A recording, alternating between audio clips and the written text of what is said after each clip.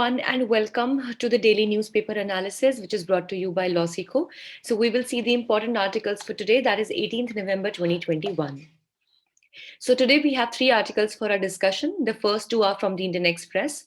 The first one is titled as a crypto opportunity. So, this basically talks about that how we can actually use the cryptocurrency in the coming times and how can it be regulated in the right manner.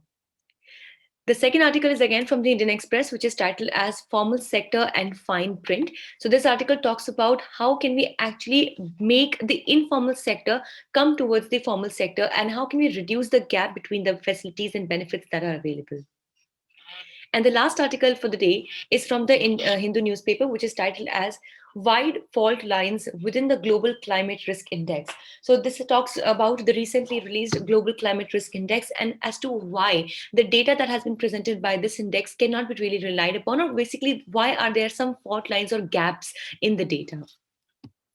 So this newspaper analysis is presented by me. My name is Sheva Khan. I'm a BA LLB law graduate and I have completed my law degree from Uttaranchal University in the year 2019 with a gold medal in my batch. I have also been a national debater and a public speaker. And here at LawSeco, I'm working as an expert for current affairs and I'm also managing the current affairs vertical. Let's see what is the multiple choice question from our previous discussions. Which of the following constitutional provision deals with transfer of judges? Your options are Article 120, Article 321, Article 222, or Article 123. If you know the answer, you can put it down in the comment section below. This is the descriptive question for the day. What is cryptocurrency? Explain why there is need for regulatory framework for cryptocurrency. So let's see the first article of the day, which talks about the regulatory framework for cryptocurrencies. Now, as we know that the Supreme Court of India had removed the blanket ban from cryptocurrencies, and even it had asked the Reserve Bank of India to come up with officially, possible or officially available cryptocurrencies as well. So Prime Minister Narendra Modi today, basically he chaired a crucial meeting on the way forward to cryptocurrency and related issues. And the current RBI governor, Shakti Kant Das, once again raised the concerns over cryptocurrencies. Now, as we know that the Reserve Bank of India has not been very, fond of the concept of cryptocurrencies, but keeping in mind the increasing pace or the increasing technology and the the kind of society or the economic setup that is changing with time, cryptocurrencies will have to be adopted, maybe willfully or without, but yes, they will have to be considered by the governments for sure. So the RBI governor said that there are serious concerns on macroeconomic and financial stability. Now, when we talk about the macroeconomic setup, so this basically talks about the larger part of the economy. Like, for example, the GDP, that is the gross domestic product, is a concept of the macroeconomy, which basically has that has a tendency to bring a bigger change in the economy and even in the terms of financial stability as well. So the regulatory approach towards cryptocurrencies is as following. So the countries are grappling with questions over the appropriate regulatory framework and are opting for different approaches. So as we know that different countries, depending upon their currently available economic setup, have different approaches and different kinds of outlook towards the cryptocurrencies. As we know that El Salvador has permitted Bitcoin as a legal tender, and it has actually become the first one, actually, the very recent one to do so, while China has imposed a blanket ban on all crypto transactions and mining. Now, here India somewhat comes in the middle of the two countries, wherein we can see that El Salvador is extremely on one side of the extreme side, which has permitted Bitcoin as a legal tender, and China is on the other extreme, wherein it has put a blanket ban on the crypto transactions. India is somewhere in the middle, wherein we do not have a blanket ban, but still we do not have Bitcoin or any kind of other cryptocurrencies as any legal tender. I hope you understand the meaning of legal tender. Basically, it is the legal way through which we can deal or we can actually transact in a particular matter. So the Reserve Bank of India had barred all banks from dealing in cryptocurrencies in 2018, but as we know, this was struck down by the Supreme Court in the year 2020. So the Indian government is likely to introduce a bill on cryptocurrencies in the winter session of the Parliament, and after that, the Reserve Bank of India would be given the work to bring, the legal tender cryptocurrencies that would be actually officially brought by the government. So here are some concerns that are attached with the cryptocurrencies. Classification of the cryptocurrencies as currencies or maybe an asset or a commodity, it actually becomes difficult, and the regulatory architecture and the tax treatment also becomes a little difficult as to how are we going to categorize or how are we going to classify the cryptocurrencies. Are we just going to put it under the name of currency or even an asset or even a commodity? So that is basically the kind of haziness or the confusion that actually lingers around.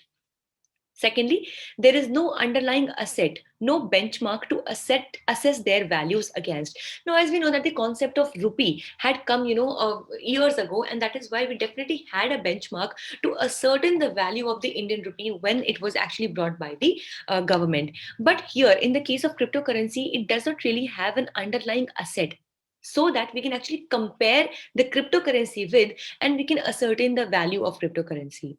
So extremely volatile in nature raise concerns over investor protection as well now, because definitely for those who actually deal in the fiat currency, that is a normal currency that we have in hand currency that is actually brought by the government right now that we use. For such people also, being investors, it is not easy to understand the concept and the transactions under the cryptocurrencies, and that is why it seems to be quite extremely volatile in nature, due to which the protection of the investors might become a difficult task for the government. And lastly, the issues of money laundering and financing of terrorism are also there, because definitely cryptocurrencies are easier to deal when it comes to in the darknet, and even the transactions are based on the blockchain technology, which definitely is very difficult to break and hack as well. And this might be a good thing as well, but when it needs to be broken down by the government for breaking out the financing for terrorism and money laundering, then it might become an issue for the government as well. Now, as we know that the cryptocurrency is basically, we all know about it. Let's just go through the concept once again very quickly. The cryptocurrency is a type of digital currency that generally only exists electronically. So there is no physical coin or bill unless you use a service that allows you to cash in cryptocurrency for a physical token. So this kind of currency, it works using a technology called as blockchain, as we were just discussing. And blockchain is a decentralized technology spread across many computers that manages and records transactions. So the government could easily, it could actually classify the crypto exchanges as e-commerce platforms, because it is completely based, generally it is completely based on the electronic means. But doing so would also raise questions about who would be the appropriate regulator of these currencies.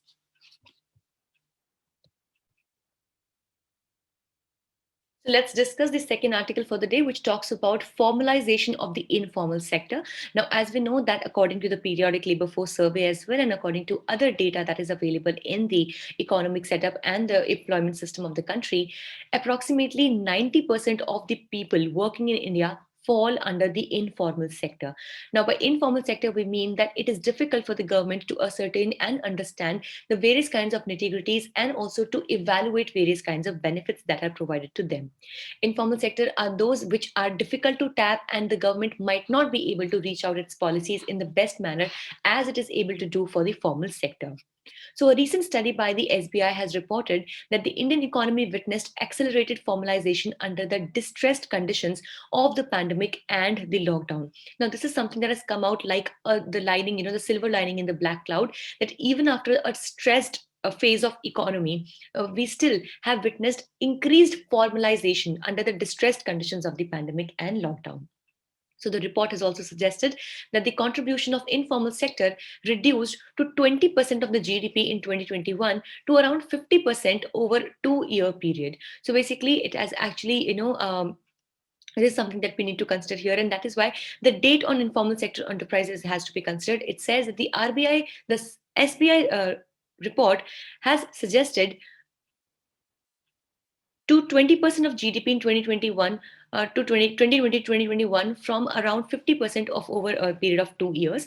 And as per the periodic labor force survey, employment share in non-agricultural informal enterprises has increased from 68% in 2017-18 to 69.5% in 2019-20. Now, for that matter, you do not really need to remember all these statistics and everything.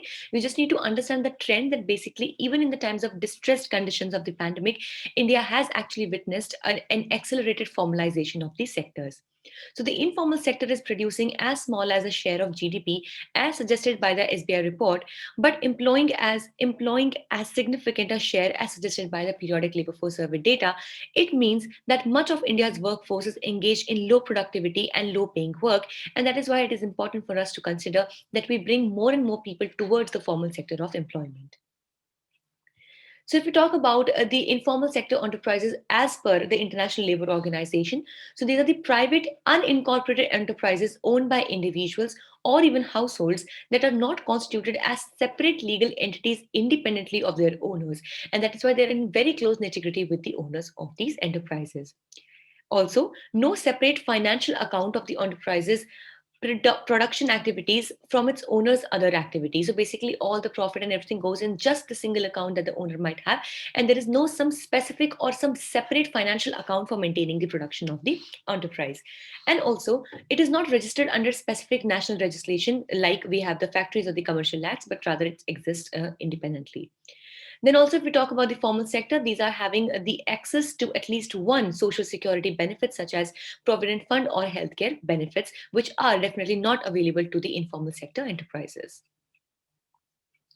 So, if we talk about the shrinkage of the informal sector, so this increase in the formal sector's share in GDP due to COVID-19 is a result of large formal enterprises squeezing out informal enterprises. So basically what has happened is that in the times of the layoff that has actually taken place, so due to this what has happened is that there has been some increase that we're talking about in the formal sector's share in the GDP. So as we know that what has happened is that the works that were work from home and based on technology have increased, and that is why if we talk about the share in the GDP, so then the share has actually increased. So if we consider over here that though informal sector might have seemed to have moved towards formalization, but still if we talk about the share in the GDP, the formal sector's share has still increased in the GDP, because even after the COVID-19 situation, the formal sector has been able to perform better.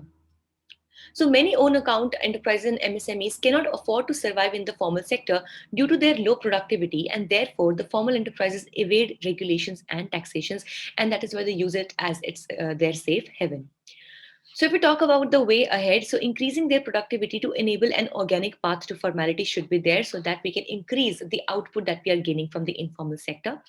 And then the investment in physical and human capital to boost productivity and the extension of social security benefits for all workers should be available, and not just to a registration strategy, for a registration strategy. And the final objective of formalization should be to improve the working and living conditions of those who are there in the informal sector. With this, let's discuss the last article for the day, which talks about wide fault lines within the Global Climate Risk Index.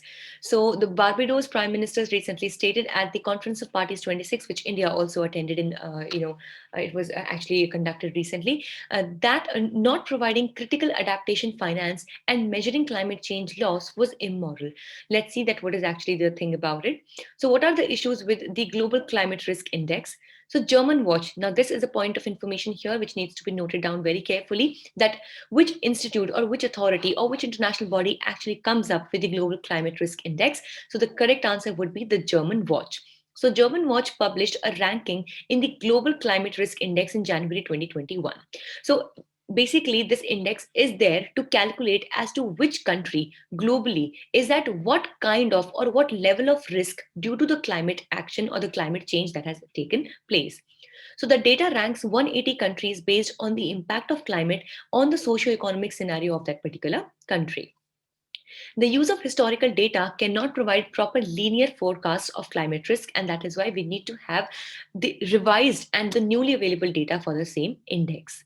So, if we talk about the GCRI rankings, they are based on number of deaths per 1 lakh, per 10 lakh, sorry, and sum of losses in purchasing power parity, and also losses per unit in GDP, that is the gross domestic product. The basis for selection of such macro indicators are also unknown, so we cannot really ascertain as to why these were chosen. And secondly, the index also suffers from exclusion errors and selection bias. Now, actually, these are the lacuna or the fault lines that have been highlighted through this particular article, which actually exist in the Global Climate Risk Index. Next, it says that the index also relies on weather related events like storms, floods, and mass movements, but it very comfortably omits or it very comfortably neglects the geographical factors like earthquakes, volcanic eruptions, and tsunamis, which ultimately have a great impact on the bases which are used for these rankings, be it the number of deaths, be it the losses in the GDP and everything like that. So the data collected by the Munich Ray's and NatCat service is not validated at ground level, and thus this data cannot be really. It is saying that cannot be considered that this is the only the whole and sole data that is available in this direction. So here the article also presents as to what can be done to set things right. Any discussion on climate change is incomplete without accounting for three things. Firstly, uncertainty of the event. Second, the scale as to what has been the level of any particular climate change that has taken place or any kind of calamity that took place. And thirdly, gap between action and response to the climate change as to which country is how much responsive in a particular climate change scenario. So the matrix of the National Disaster Management Information System, on the other hand, includes all major climatic events, and that is why the National Disaster Management Information System would not fall in line with the data or the results of the Global Climate Risk Index because it does not include a lot of climatic events as we just talked about, like earthquakes, volcanic eruptions, tsunamis, etc. So the NDMIS also monitors the targets set by the Sendai framework of disaster risk reduction, which is actually not done by the GCRI. So yes, that was all for the day. Thank you so much for staying tuned with LawSeco. If in case you like the discussion, please give it a thumbs up. And if you wish to download the PDF of today's slides, please make sure that you are participating in our Telegram channel. The link to this channel is available in the description box below, or you can simply scan the QR code that you can see on your screens right now. Also, for other crisp and exam-oriented content, please do not forget to follow us on our official Instagram channels for LawSeco Judiciary, CLAT Prep, UGC Net, and Law Finance exams. Thank you so much.